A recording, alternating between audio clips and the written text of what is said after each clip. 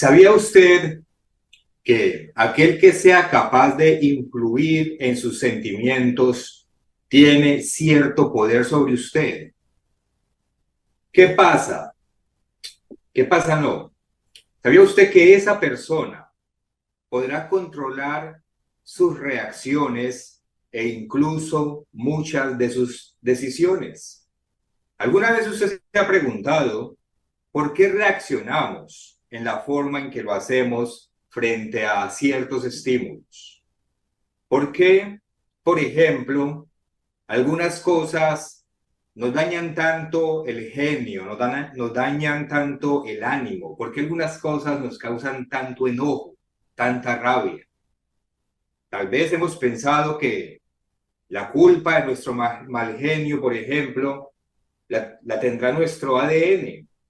Es decir, que básicamente los responsables de que muchas cosas nos causen enojo serían nuestros padres o serían nuestros abuelos. Como mi abuelo es mal geniado, pues ahí está. Yo lo heredé de mis abuelos o de mis padres. O tal vez justificamos nuestras reacciones por el entorno en el que crecimos. Responsabilizamos tal vez a la escuela a la que fuimos, la educación que nos dieron nuestros padres, o tal vez responsabilizamos a esas terribles experiencias traumáticas que de pronto nos tocó vivir en algún momento de nuestra infancia. O también solemos justificar nuestras reacciones por el medio que nos rodea. En el ejemplo del mal genio, seríamos mal geniados por culpa tal vez del jefe, que es un jefe insoportable, o tal vez será culpa de nuestra esposa o del esposo en el caso de las mujeres, o tal vez será culpa de ese hijo adolescente incontrolable, o tal vez la causa de nuestro mal genio podrá ser la situación económica del país o de mi hogar, o incluso a veces hasta culpamos a los políticos de turno, etcétera, etcétera, etcétera. Es decir, a veces encontramos factores externos que influyen en ese estado de ánimo. Algo o alguien a nuestro alrededor va a ser siempre el responsable de nuestras reacciones, en el caso del mal genio, de nuestro mal genio, o aún de nuestras decisiones. Si nuestro comportamiento tiende a ser de esa manera, es porque tenemos un comportamiento que se denomina reactivo, un comportamiento reactivo. Es decir, nos dedicamos a reaccionar a los diferentes estímulos que hay en nuestra vida. Y el punto es que cuando somos reactivos, no actuamos con completa libertad, no decidimos realmente qué hacer y qué no hacer, sino que el entorno, todo aquello que nos rodea, nos manipula. Y nosotros simplemente nos limitamos a reaccionar a ese entorno.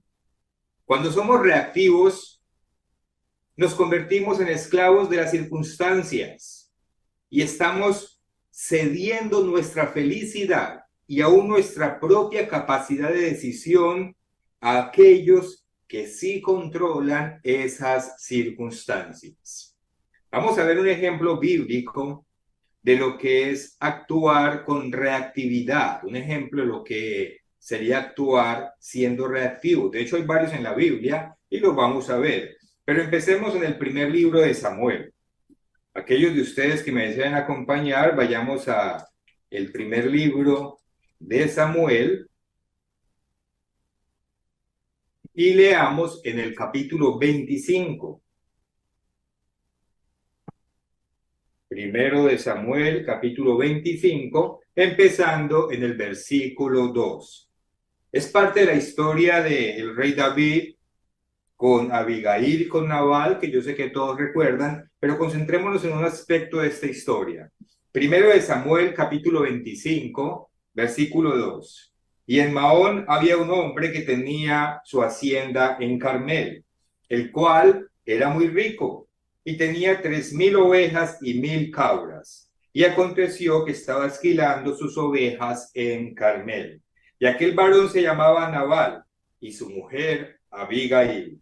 Era aquella mujer de buen entendimiento y de hermosa apariencia, pero el hombre era duro y de malas obras, y era del linaje de Caleb. Versículo 4. Y oyó David en el desierto que Nabal esquilaba sus ovejas. Entonces envió David 10 jóvenes y les dijo: subid a Carmel e a Nabal y saludadle en mi nombre, y decirle así: sea paz a ti, y paz a tu familia, y paz a todo cuanto tienes. He sabido que tienes esquiladores. Ahora tus pastores han estado con nosotros. No les tratamos mal, ni les faltó nada en todo el tiempo que han estado en Carmel. Pregunta a tus criados y ellos te lo dirán. Hallen por tanto estos jóvenes gracia en tus ojos, porque hemos venido en buen día. Te ruego que des lo que tuvieres a mano a tus siervos y a tu hijo David. Cuando llegaron los jóvenes enviados por David, dijeron a Nabal todas estas palabras en nombre de David y callaron. Y Nabal respondió a los jóvenes enviados por David y dijo: ¿quién es David? ¿Y quién es el hijo de Isaí? Muchos siervos hay hoy que huyen de sus señores, haciendo referencia porque Saúl estaba persiguiendo a David. Versículo 11. ¿He de tomar yo ahora mi pan, mi agua y la carne que he preparado para mis esquiladores y darla a hombres que no sé de dónde son? Y los jóvenes que había enviado David se volvieron por su camino y vinieron a David y dijeron perdón a David todas estas palabras. Entonces David dijo a sus hombres: cíñase cada uno su espada. Y se ciñó cada uno su espada, y también David se ciñó su espada. Y subieron tras David como 400 hombres, y dejaron 200 con el bagaje. Nabal claramente actuó con desprecio y con desagradecimiento hacia David, que en esos momentos él luchaba contra los extranjeros y los protegía. Y David reaccionó a ese desprecio de Nabal con agresividad. Su reacción inmediata fue armarse, preparar a sus hombres e ir directamente a matar a Nabal y a los de su casa. Ustedes conocen el resto de la historia, que sigue contando cómo la esposa de Nabal, Abigail, intercepta a David y lo hace reflexionar para que se abstenga de cometer estos actos de violencia. Si vamos, por ejemplo, al versículo 32, aquí mismo del primer libro de Samuel, capítulo 25, y versículo 32, leemos la reacción de David después de que su ira se apacigua un poco. Dice el versículo 32, y dijo David a Abigail: bendito sea el eterno Dios de Israel, que te envió hoy para que me encontrases. Y bendito sea tu razonamiento, y bendita tú, que me has estorbado hoy de ir a derramar sangre y a vengarme por mi propia mano. Versículo 34. Porque vive el eterno Dios de Israel, que me ha defendido de hacerte mal, que si no te hubieras dado prisa en venir a mi encuentro, de aquí a mañana no le hubiera quedado con vida Nabal ni un varón. En esta historia, ¿qué vemos? Vemos las posibles consecuencias de un comportamiento reactivo, de un comportamiento airado, de un comportamiento que no fue suficientemente meditado para saber si convenía o no hacerlo. Cuando a David se le bajó la ira por las palabras amables y sabias que Abigail le dijo, pues David meditó en su reacción y se dio cuenta de que estaba a punto de cometer una gran locura. David iba a atacar su propio pueblo, iba a atacar gente de su propio pueblo, y eso era una locura, era simplemente un despropósito producto de una situación airada, producto de un comportamiento reactivo.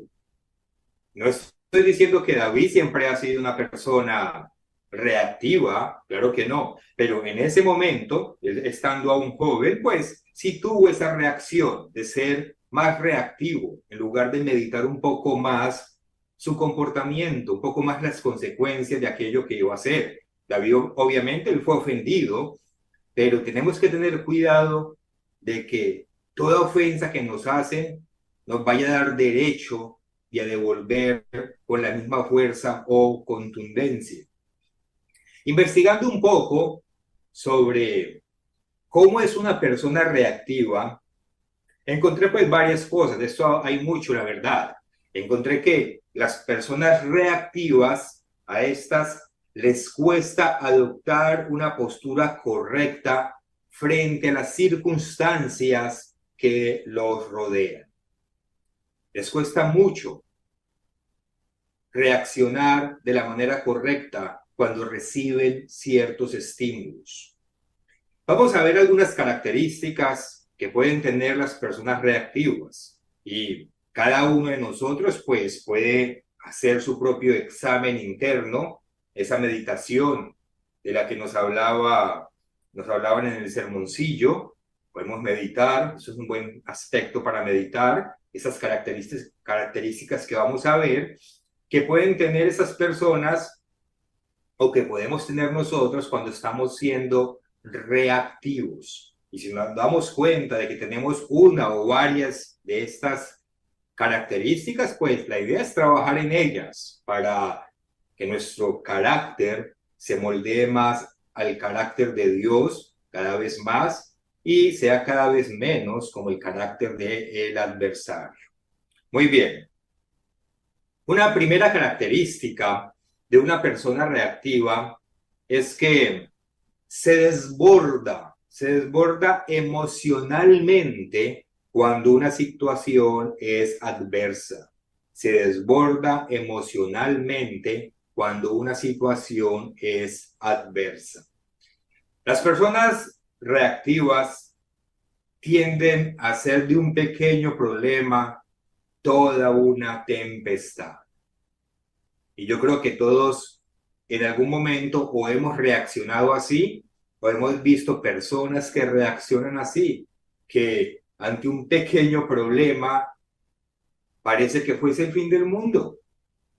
En nuestra vida diaria, pues nosotros siempre nos vamos a encontrar con obstáculos en todo lo que hacemos. Eso es parte de la vida.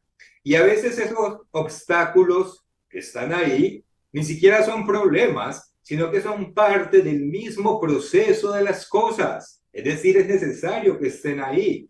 Recuerdo, se me viene a la mente la historia que algunos han contado en algunos mensajes y sermoncillos del proceso que tiene que tener la mariposa cuando es un gusano y luego se convierte en esa crisálida y todo ese esfuerzo que tiene que hacer para poder romper esa crisálida, porque es un cascarón duro, es necesario para que la mariposa pueda fortalecer, estando aún adentro, las diferentes partes de su cuerpo y se adapta luego para salir volando. Entonces, hay algunas circunstancias en las que nos encontramos que no son fáciles, que se pueden ver como obstáculos que tenemos que ir superando, pero no necesariamente son un problema. Es normal que encontremos algunas dificultades en todo lo que hacemos y para eso estamos. Estamos para aprender a vencer las dificultades que puedan ir surgiendo en nuestro camino, sobre todo en este camino que nos lleva al reino de los cielos, porque escrito está que es necesario que por medio de muchas tribulaciones entremos al reino de los cielos, porque eso hace parte de ese ejercicio, de esa práctica, de esa enseñanza que tenemos que enfrentar y vivir para pulirnos en la medida que Dios lo necesita. Pero ¿qué pasa cuando tenemos una actitud o cuando tenemos una personalidad que es reactiva? Pues dejamos que los problemas normales y cotidianos nos dañen emocionalmente. Dejamos que esos problemas nos enojen, que nos quiten el buen ánimo, que nos llenen de ira. Creemos que son insuperables y que tal vez es el fin del mundo. Y la verdad es que muchas veces cuando meditamos bien el problema, muchas veces la conclusión es, pues la verdad es que no pasa nada.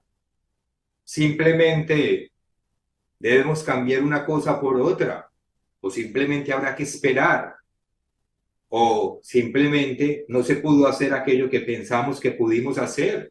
Y lo aceptamos así. Y por eso no se va a acabar el mundo. A mí a veces me pasa que me siento como frustrado o cierto enojo porque algo no es como debería ser. Y cuando uno lo medita bien, pues realmente no pasa nada. A veces es simplemente cuestión de gustos, pero no hay ningún impacto serio ni en nuestra vida ni en la vida de nadie más. Pero si nosotros somos reactivos y nos enojamos hasta la muerte, como se enojó, por ejemplo, Jonás, vamos a ganarnos, es un dolor de cabeza o tal vez una gastritis, o peor, podemos terminar maltratando a otras personas que tal vez no tenían la culpa.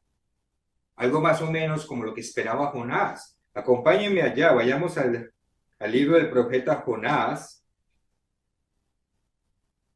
Vayamos a Jonás.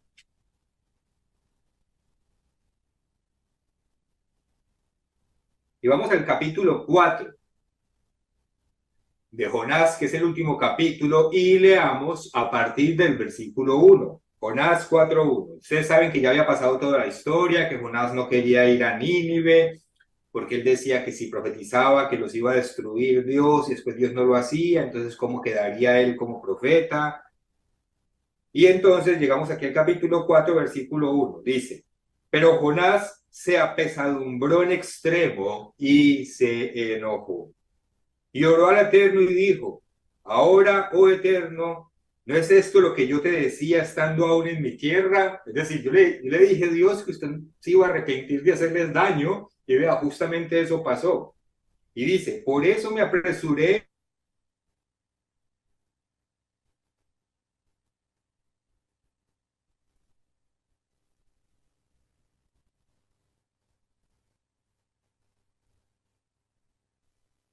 que me quites la vida. Imagínense el enojo de Jonás. Te ruego que me quites la vida, porque mejor es la muerte que la vida. Y el Eterno le dijo, haces tú bien en enojarte tanto? Y salió Jonás de la ciudad y acampó hacia el oriente de la ciudad y se hizo allí una enramada y se sentó debajo de ella a la sombra hasta ver qué acontecería en la ciudad. Y preparó el eterno Dios una calabacera, la cual creció sobre Jonás para que hiciese sombra sobre su cabeza y le librase de su malestar. Y Jonás se alegró grandemente por la calabacera. Pero al venir el alba del día siguiente, Dios preparó un gusano, el cual hirió la calabacera y se secó. Y aconteció que al salir el sol, preparó Dios un recio viento solano, y el sol hirió a Jonás en la cabeza y se desmayaba, y deseaba la muerte, diciendo, mejor sería para mí la muerte que la vida. O sea, Jonás era lo que nosotros llamamos de mecha corta, cualquier cosita la llevaba al extremo, era muy reactivo. Versículo 9. Entonces dijo Dios a Jonás, ¿tanto te enojas por la calabacera? Y él respondió, mucho me enojo, hasta la muerte. O sea, Jonás se enojó hasta la muerte por una situación que en realidad no lo afectaba mucho. Era una planta. Y también se enojó porque Dios decidió no destruir a Nínive porque se arrepintieron.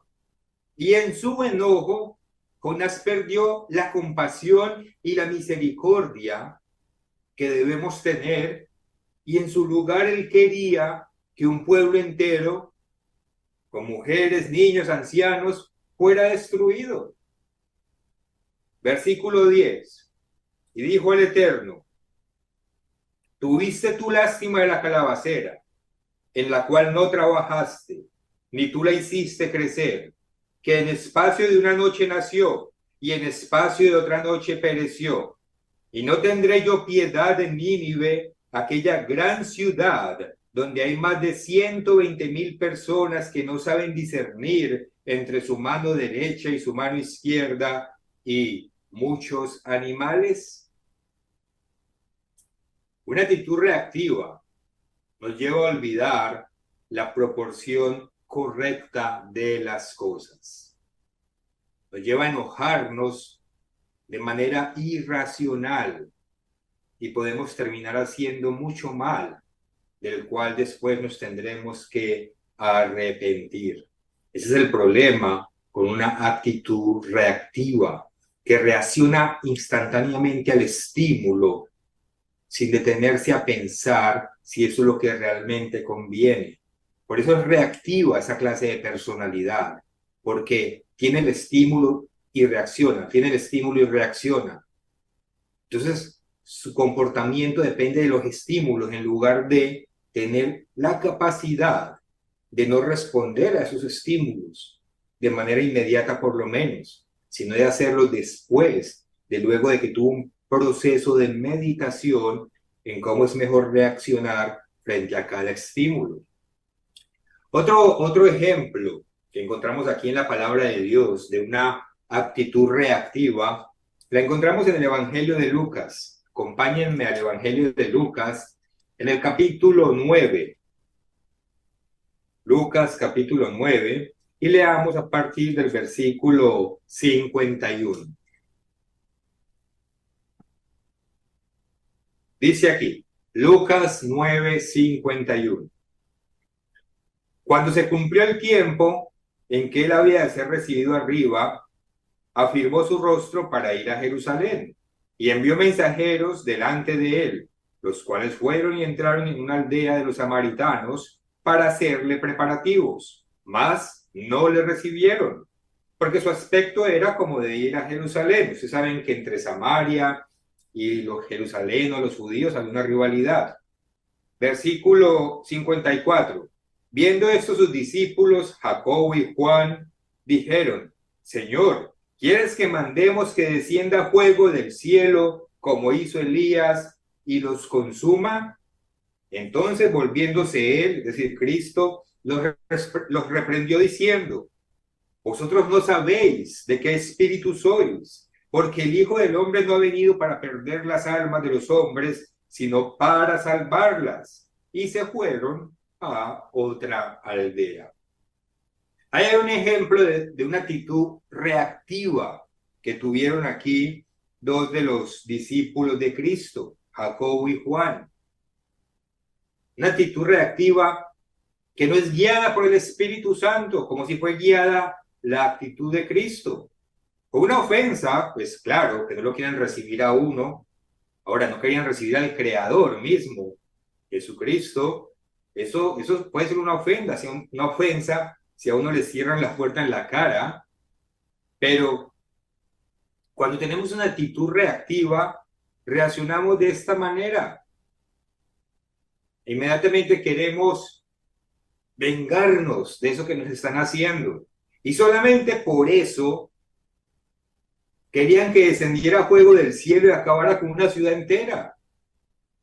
Pero Cristo, que no tiene una actitud reactiva, él no se llenó de ira, él no permitió que las circunstancias que había a su alrededor le dominaran su ánimo, su buen criterio, y sencillamente encontró una solución fácil. Vamos a la siguiente aldea, vamos a otra aldea. Ahí tenemos dos ejemplos de cómo enfrentar una misma situación.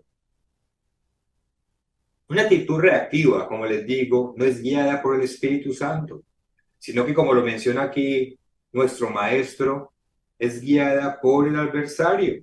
Dice el versículo 55.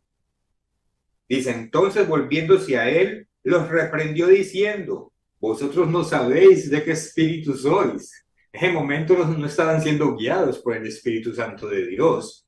Al contrario, estaban permitiendo que Satanás los influenciara y de esa manera terminaran haciendo daño a una cantidad de personas. ¿Cómo nos enseña Dios a enfrentar las situaciones adversas? Vamos a Romanos en el capítulo 12. Romanos capítulo 12 y leamos a partir del versículo 17. Son escrituras muy conocidas por todos nosotros. Romanos 12, 17. No paguéis a nadie mal por mal.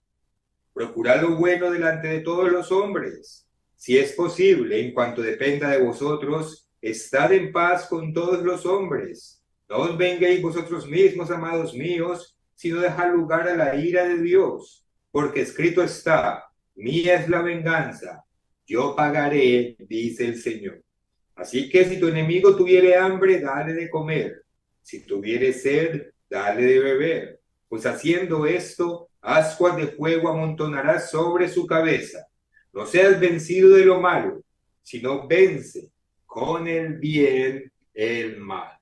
Esa es la forma correcta de enfrentar las situaciones adversas cuando somos guiados por el Espíritu Santo. Esa es la forma correcta. No es reaccionar de manera irada e intentar devolver el golpe que nos dieron. Es todo lo contrario. Es quedarnos tranquilos, no permitir que eso perturbe nuestro interior, nuestra paz, nuestra tranquilidad. No dejar que eso nos dañe y, al contrario, devolver ese mal que nos hicieron con mucho bien. Vamos también al Evangelio de Mateo y veamos otra forma en la que nosotros debemos enfrentar las situaciones difíciles, porque a veces no nos enojamos porque otro nos ofenda, a veces las circunstancias difíciles que vivimos también pueden alterar nuestro ánimo, nuestra paz interior, y podemos volvernos reactivos a eso que estamos viviendo.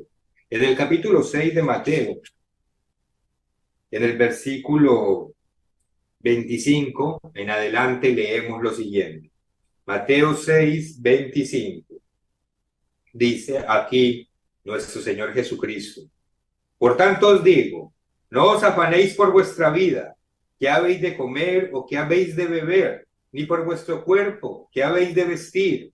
¿No es la vida más que el alimento y el cuerpo más que el vestido? Mirad las aves del cielo, que no siembran ni ciegan, ni recogen en graneros, y vuestro Padre Celestial las alimenta. ¿No valéis vosotros mucho más que ellas? ¿Y quién de vosotros podrá, por mucho que se afane, añadir a su estatura un codo? Y por el vestido, ¿por qué os afanáis? Considerad los lirios del campo, cómo crecen, no trabajan ni hilan. Pero os digo que ni aun Salomón con toda su gloria se vistió así como uno de ellos. Y si la hierba del campo que hoy es y mañana se echa en el horno, Dios la viste así, no habrá mucho más. No habrá mucho más. Perdón, que es que me entró una llamada y me desenfocó. Y si la hierba del campo que hoy es y mañana se echa en el horno, Dios la viste así, ¿no hará mucho más a vosotros, hombres de poca fe? No os afanéis pues diciendo, ¿qué comeremos o qué beberemos o qué vestiremos? Porque los gentiles buscan estas cosas, pero vuestro Padre Celestial sabe que tenéis necesidad de todas estas cosas. Mas buscad primeramente el reino de Dios y su justicia, y todas estas cosas os serán añadidas. Versículo 34. Así que no os afanéis por el día de mañana, porque el día de mañana traerá su afán. Basta a cada día su propio mal. Debemos aprender a ver los problemas desde esta perspectiva, desde la perspectiva de Dios. Primero que todo, debemos entender que Dios está a cargo. Dios sabe lo que estamos viviendo. Él sabe nuestras necesidades. Él sabe nuestros problemas. Y Él es el proveedor de todo. Dios se encarga aún de la naturaleza, de alimentarla, de mantenerla viva. Y nos dice aquí, entonces no se va a encargar de nosotros. Y también debemos reconocer, cuando nos encontramos frente a dificultades, según todo el texto que estamos leyendo, que nuestra prioridad es entrar en el reino de Dios. Nuestra prioridad no son los afanes del mundo. Así que, si hay una situación adversa de cualquier índole, no nos desbordemos emocionalmente.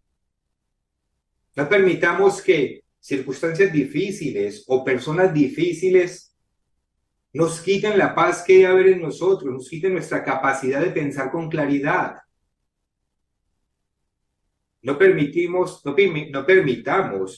que el afán y la ansiedad sean los que controlen nuestras emociones. Y a la vez, no perdamos nuestra misericordia ni la perspectiva correcta de las cosas. Entendamos que Dios, por una razón, permite lo que permite. Cuando tenemos la perspectiva de que Dios está en control de todo, podemos ver las cosas con más calma. Pues si Dios lo permite, será por algo. Me voy a poner yo a la voluntad de Dios. Ahora, si hay que tomar algún correctivo, pues yo tomo el correctivo. Pero no debo de permitir que mis emociones se salgan de control. Y enojarme hasta la muerte, como se enojó Jonás. O querer acabar con una aldea entera, como querían algunos discípulos de Cristo. Simplemente porque somos reactivos ante estímulos externos que nos puedan ofender. Entonces, una primera característica que tienen las personas o que tenemos todos cuando somos reactivos es que nos desbordamos emocionalmente frente a una situación adversa. Veamos una segunda característica que podemos tener cuando somos reactivos o que tienen las personas reactivas. Esa segunda característica es que el bienestar o el malestar interno de una persona reactiva depende de su entorno. Es muy relacionada con la anterior. El bienestar o el malestar interno de una persona reactiva va a depender de su entorno. Lo mencionábamos al principio. A veces permitimos que lo que nos rodea o que lo que las personas hacen a nuestro alrededor determine si estamos felices o si estamos tristes. Es como si los otros gobernaran sobre nuestros sentimientos.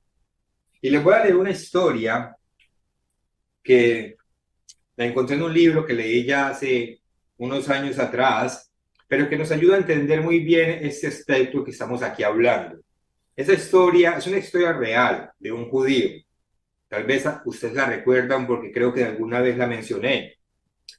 Y dice así: Frank, un psiquiatra judío, estuvo encerrado en campos de concentración de la Alemania nazi, donde experimentó cosas tan repugnantes para nuestro sentido de la decencia que incluso repetirlas aquí nos provoca zozobra. Sus padres, su hermano y su mujer murieron en los campos, en cámaras de gas. Perdió toda su familia, excepto a su hermana. El propio Frank fue torturado y sometido a innumerables humillaciones, sin estar nunca seguro de si en el momento siguiente lo llevarían a la cámara de gas o se quedaría entre los que se salvan, los cuales les tocaba retirar los cuerpos o recogían las cenizas de los condenados. O sea, una situación realmente dramática. Dice, un día, desnudo y solo, en una pequeña habitación, empezó a tomar conciencia de lo que denominó la libertad última. Esa libertad que sus carceleros nazis no podían quitarle. Ellos podían controlar todo su ambiente, hacer lo que quisieran con su cuerpo, pero Frank era un ser autoconsciente capaz de ver como observador su propia participación en los hechos.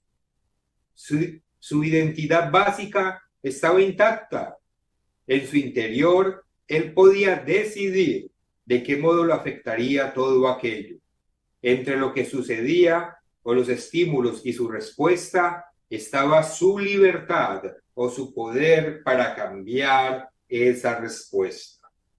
En medio de sus experiencias, Frank se proyectaba hacia contextos distintos. Por ejemplo, se imaginaba dando conferencias frente a sus alumnos después de haber sido liberado del campo de concentración.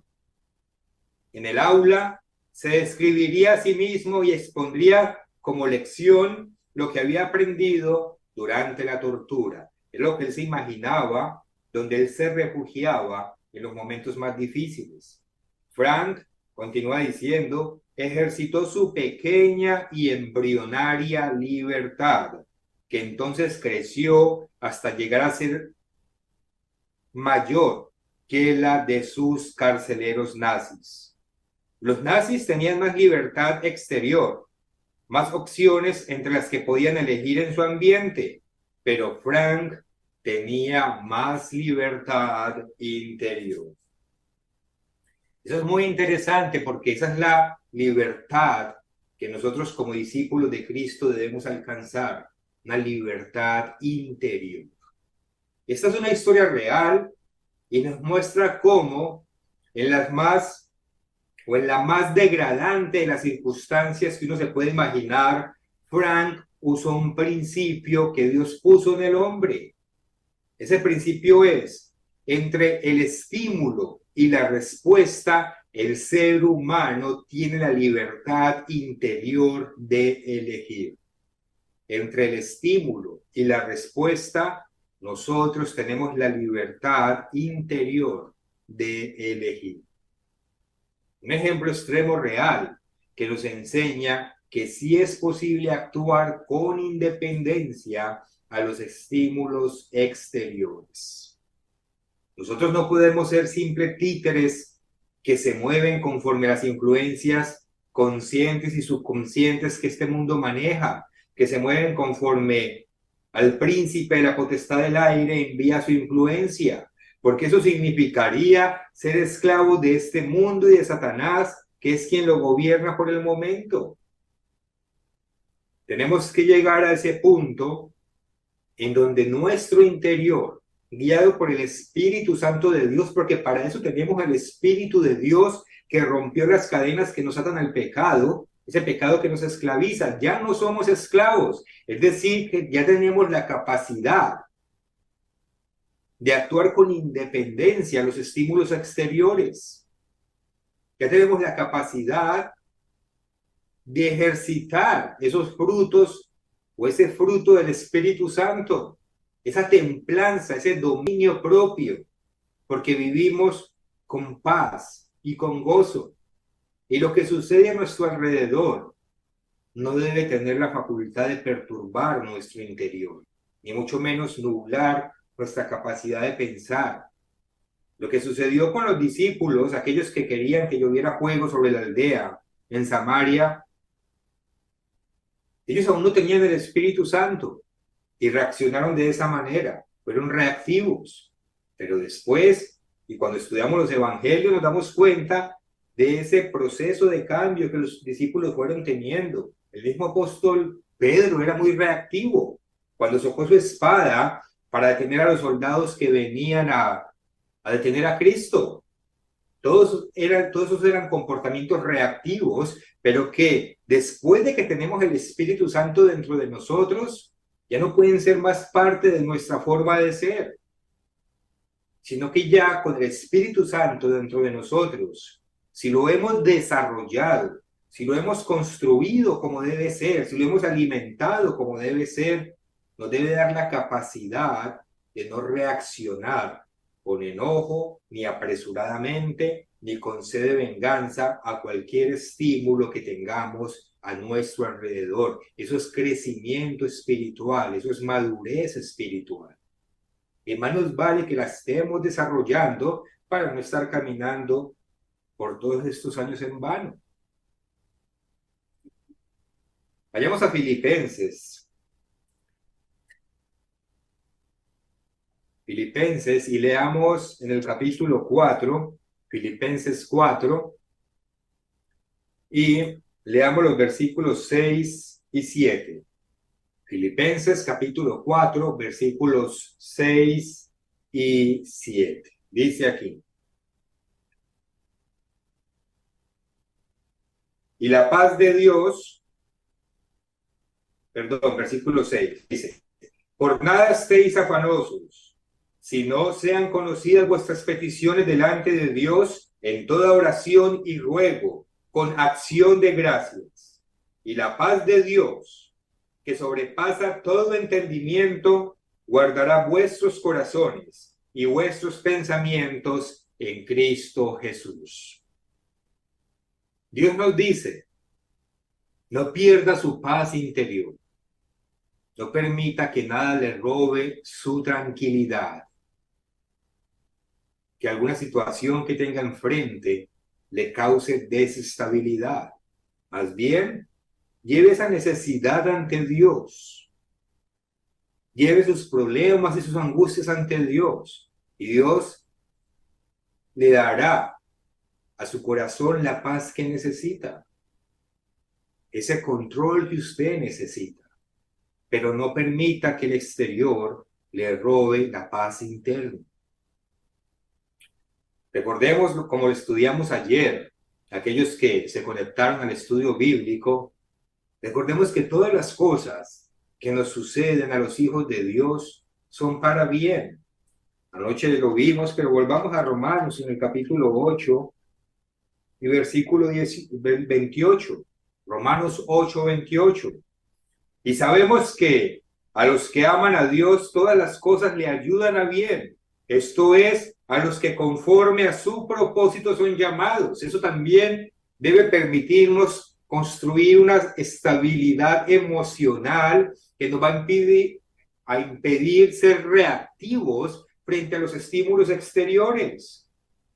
Todas las cosas nos ayudan a bien, a los que somos llamados conforme al propósito de Dios. Entonces, cuando estemos frente a situaciones que nos pueden causar zozobra, algo de incomodidad, algo de frustración, echemos mano del Espíritu Santo, echemos mano de ese alimento que Dios nos da, como este versículo. Y recordemos, Dios está en control. Si Dios permite esta o aquella situación en mi vida, es porque algún bien me va a generar, si no ahora, de manera inmediata, tal vez más adelante, o va a ser parte de ese carácter que debo formar para poder entrar en el reino de Dios y recibir la función que Dios nos vaya a dar cuando seamos reyes y sacerdotes.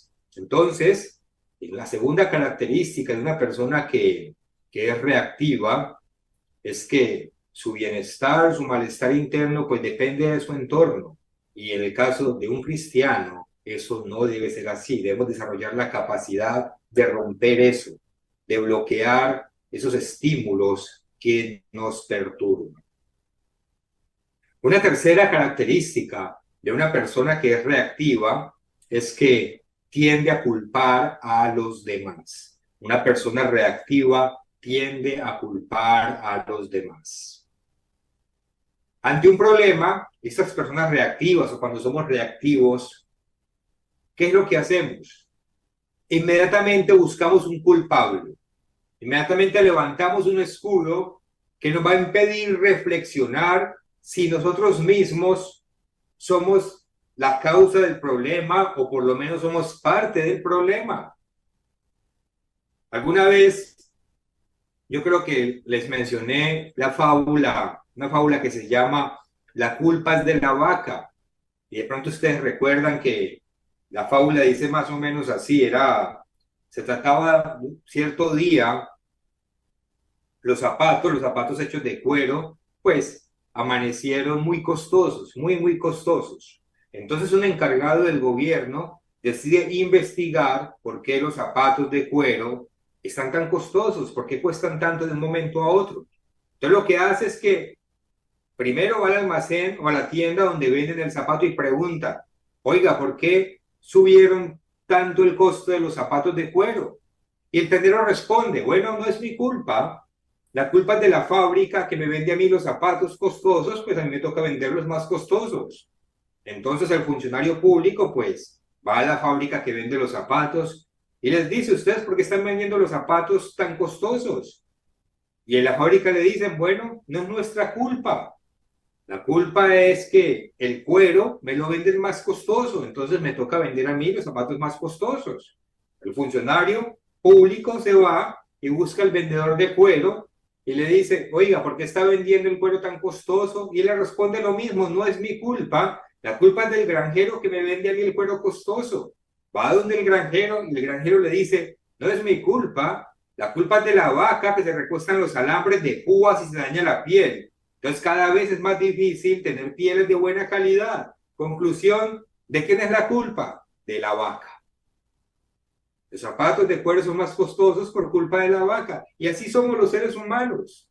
Tenemos la tendencia natural de hacer responsables a los demás, en lugar de enfocarnos primero en nosotros mismos, en lugar de tomarnos el tiempo de meditar y verificar primero si lo que está sucediendo puede ser culpa nuestra. Y cuando somos reactivos, es lo primero que hacemos. Reaccionamos buscando un culpable, reaccionamos echándole la culpa al vecino, a esta o a aquella otra persona. Porque no nos detenemos a pensar un momento, tal vez pudo ser mi culpa. Y el ejemplo bíblico clásico para esto, no vamos a ir allá, pero ustedes lo recuerdan porque representa esto muy bien, fue lo que sucedió con Adán y Eva y la serpiente. Ustedes pueden repasar la historia en Génesis en el capítulo 3, que Adán le echa la culpa a Eva, Eva le echa la culpa a la serpiente, y al final pues parece que la culpa la tiene Dios porque Dios fue el que creó a Eva y se la dio a la mujer, y entonces Adán le dice a Dios, pues la mujer que tú me diste, o sea, ¿para qué me la dio? Es su culpa. De la culpa es de la vaca, como en el caso del cuero. A eso es a lo que nos lleva una actitud reactiva. Reaccionamos de manera instantánea, buscando excusas, señalando la responsabilidad en otros, en lugar de tener esa capacidad tranquila de reflexionar y meditar, a ver si es que parte de la responsabilidad o toda la responsabilidad es nuestra. Y una cuarta característica de una persona reactiva es que las personas reactivas o somos reactivos cuando nos falta iniciativa. Una persona reactiva es carente de iniciativa. Y para explicar este punto, pues voy a usar una parte de la parábola de los talentos que ejemplifica muy bien este punto. Vayamos al Evangelio de Mateo. Mateo en el capítulo 25 y leamos a partir del versículo 14, que habla de la parábola de los talentos. Mateo capítulo 25, versículo 14. Dice, porque el reino de los cielos es como un hombre que yéndose lejos llamó a sus siervos y les entregó sus bienes. A uno dio 5 talentos, y a otro 2, y a otro 1, a cada uno conforme a su capacidad, y luego se fue lejos. Y al que había recibido 5 talentos fue y negoció con ellos y ganó otros 5 talentos. Asimismo, el que había recibido 2 ganó también otros 2, pero el que había recibido 1 fue y cavó en la tierra y escondió el dinero de su señor. Después de mucho tiempo vino el señor de aquellos siervos y arregló cuentas con ellos. Y llegando el que había recibido 5 talentos, trajo otros 5 talentos, diciendo, Señor, 5 talentos me entregaste, aquí tienes. He ganado otros 5 talentos sobre ellos. Y su señor le dijo, bien siervo. Le dijo, bien, buen siervo y fiel. Sobre poco has sido fiel, sobre mucho te pondré. Entra en el gozo del Señor. Llegando también el que había recibido 2 talentos, dijo, Señor, 2 talentos me entregaste, aquí tienes, he ganado otros 2 talentos sobre ellos. Su señor le dijo, bien, buen siervo y fiel, sobre poco has sido fiel, sobre mucho te pondré, entra en el gozo del Señor. Versículo 24, pero llegando también el que había recibido 1 talento, dijo, Señor, te conocía que eres hombre duro, que ciegas donde no sembraste y recoges donde no esparciste. Versículo 25. Por lo cual tuve miedo y fui y escondí tu talento en la tierra. Aquí tienes lo que es tuyo. Este es un muy buen ejemplo de una persona reactiva, porque no tiene iniciativa para hacer lo que debe hacer, sino que más bien se excusa de su inactividad, se excusa de su falta de iniciativa. Y como en la característica anterior, culpa a otros de su propia inactividad. Que continúan diciendo los versículos 24 y 25. 25. Dice, 26, versículo 26. Respondiendo su señor le dijo, siervo malo y negligente, sabías que ciego donde no sembré y que recojo donde no esparcí. Por tanto, debías haber dado mi dinero a los banqueros y al venir yo hubiera recibido lo que es mío con intereses. El reactivo reacciona con prontitud para defender su propia negligencia. Pero vemos en los versículos 26 y 27 que siempre hay una forma de hacer las cosas mejor. Bastaba solamente llevar el dinero al banco para ganar intereses. Pero esa visión no hace parte de la visión del que es reactivo. El reactivo no se esfuerza por buscar la forma de hacer que las cosas produzcan, de desarrollar lo que tiene, porque se enfoca tanto en la negatividad que mejor se queda quieto, porque le ofusca tanto lo que sucede a su alrededor, le teme tanto a los retos y a los desafíos que mejor no hace nada. Entonces, un reactivo nunca tiene esa visión de intentar hacer más con lo que se le da.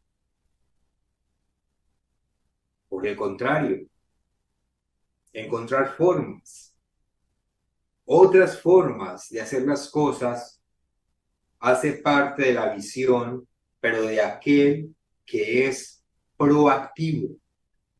La proactividad es la cara opuesta a la reactividad.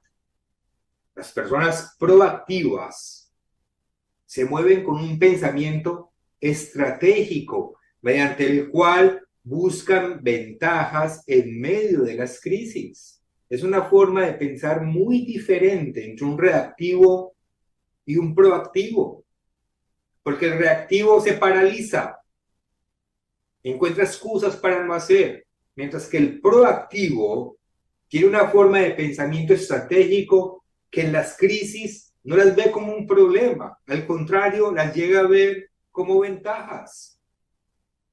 Ya vimos algunas características de una persona reactiva. Veamos ahora algunas características de una persona que es proactiva.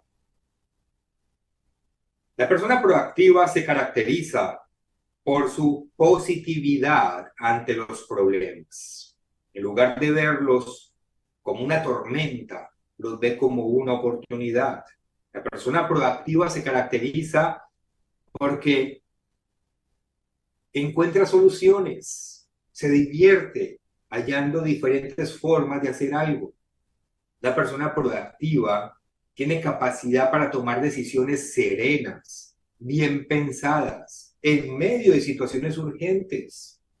A veces hay muchas cosas que llegan a la vez y tener esa capacidad de mantener la respiración, de estar calmado para empezar a buscar soluciones, es una característica de una persona que es proactiva. Una persona proactiva tiene iniciativa para intentar cosas diferentes. Y una persona proactiva confía en las capacidades o dones que tiene. En nuestro caso de discípulos de Cristo, Confiamos en los dones y en las capacidades que Dios nos dio. Aquí mismo en la parábola de los talentos, vemos un buen ejemplo de un siervo proactivo. Ese es el enfoque que tiene el siervo, el primero de ellos, el que recibió los 5 talentos. ¿Cómo fue el enfoque del primer siervo? Él dijo, nuestro amo, tal vez pensó, es un hombre duro, que siembra donde no ciega y recoge donde no esparció. Lo mismo que dijo el que recibió, pues no lo dijo aquí, pero el que recibió un talento así describió el amo.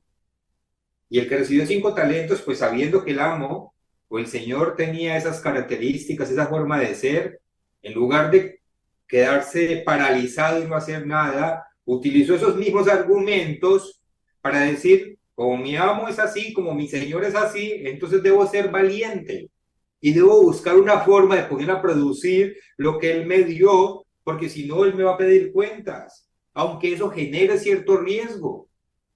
Porque si el amo me dio 5 talentos, pues, y que es más que lo que le dio a los otros, es porque confió en que yo tengo las capacidades de hacer algo bueno con esos talentos. Eso es actuar con confianza, eso es actuar con seguridad, eso es ser creativo, eso es ser positivos, eso es tener iniciativa. Para una persona proactiva, un obstáculo no es un problema. Como lo decimos, al contrario, puede ser una puerta abierta a muchas oportunidades. Una perspectiva proactiva que también nos ayuda a enfrentar las pruebas correctamente, la encontramos aquí mismo en el Evangelio de Mateo, en el capítulo 5.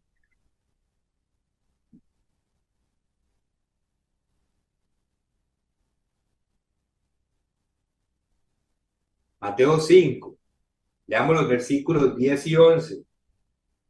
Nos dice aquí, bienaventurados o felices y dichosos sois cuando por mi causa os vituperen y os persigan y digan toda clase de mal contra vosotros mintiendo.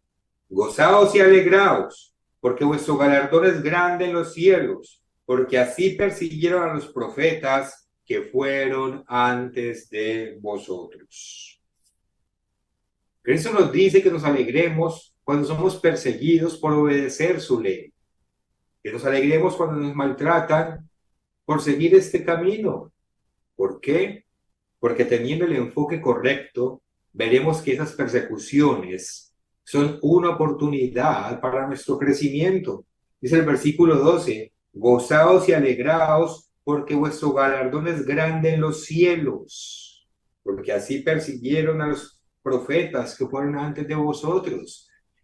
El enfoque correcto es esas persecuciones, esos maltratos, esas burlas, si las asumimos con la actitud correcta, nos acercarán al reino de Dios. ¿Por qué? Porque el reino de Dios es para vencedores. El reino de Dios es para vencedores, solo para vencedores. Ustedes lo saben bien, que ninguno que no tenga la característica de un vencedor como la tiene Cristo, entrará al reino de los cielos. En Apocalipsis 2, versículo 7, el que tiene oído oiga lo que el Espíritu dice a las iglesias. Al que venciere, le daré a comer del árbol de la vida, el cual está en medio del paraíso de Dios. Versículo 11 de Apocalipsis 2. El que tiene oído oiga lo que el Espíritu dice a las iglesias. El que venciere no sufrirá daño de la segunda muerte. Versículo 17. El que tiene oído oiga lo que el Espíritu dice a las iglesias. Al que venciere, daré a comer del maná escondido y le daré una piedra blanca y en la piedrecita escrito un nombre nuevo, el cual ninguno conoce sino aquel que lo recibe. Versículo 26. Al que venciere y guardare mis obras hasta el fin, yo le daré autoridad sobre las naciones. Capítulo 3, versículo 5. Al que venciere será vestido de vestiduras blancas y no borraré su nombre del libro de la vida. Versículo 12 del capítulo 3. Al que venciere, yo le haré columna en el templo de mi Dios y nunca más saldrá de allí.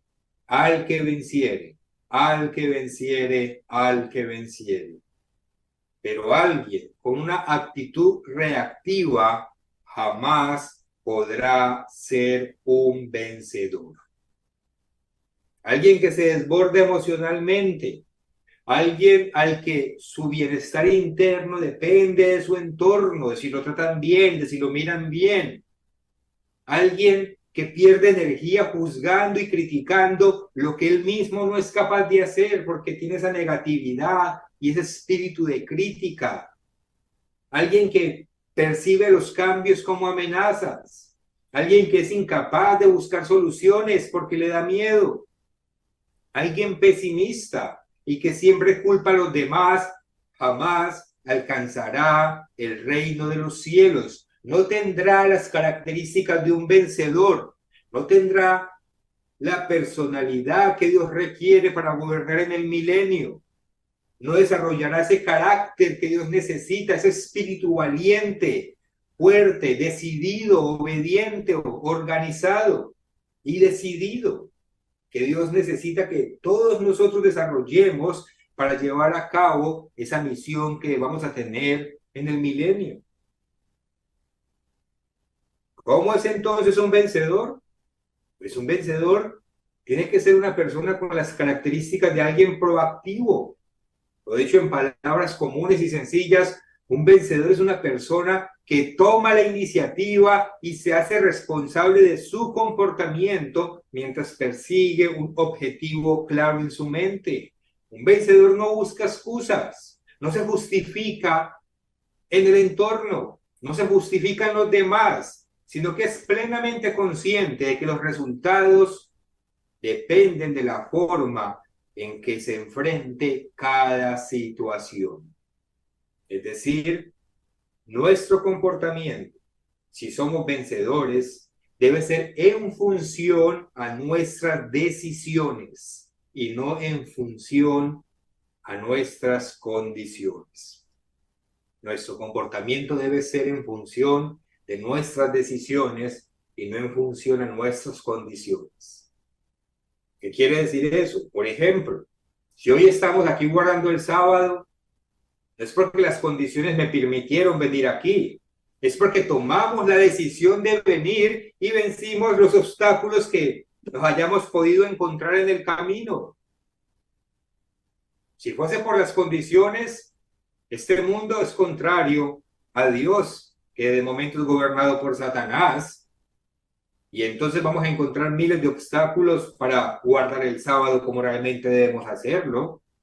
Las condiciones tal vez nos decían, no, hay que trabajar el sábado para ganar más dinero que hace falta. O las condiciones tal vez nos decían, no, que es estudiando porque si no le va mal en la universidad o en la escuela, cualquier cosa. Las condiciones de este mundo nos dicen que cumplir las leyes de Dios no es fácil, pero aún así nosotros decidimos cumplirlas. Y para cumplir la voluntad de Dios en una sociedad diseñada para impedírnoslo, pues debemos tener las características de una persona proactiva. O dicho en un lenguaje más bíblico, debemos desarrollar el carácter y la forma de ser de nuestro Señor Jesucristo. ¿Y qué significa eso? Que debemos ser positivos, creativos, con iniciativa, constantes y con confianza en el Padre, como lo fue nuestro Maestro, nuestro Señor Jesucristo, que reunía todas esas características y nos dio ejemplo. Y también muchos de los apóstoles y los patriarcas tenían de esas características y nos dieron el ejemplo para nosotros adoptarlas en nuestra vida y empezar a ser vencedores. Romanos capítulo 8. Vamos nuevamente a Romanos, en el capítulo 8.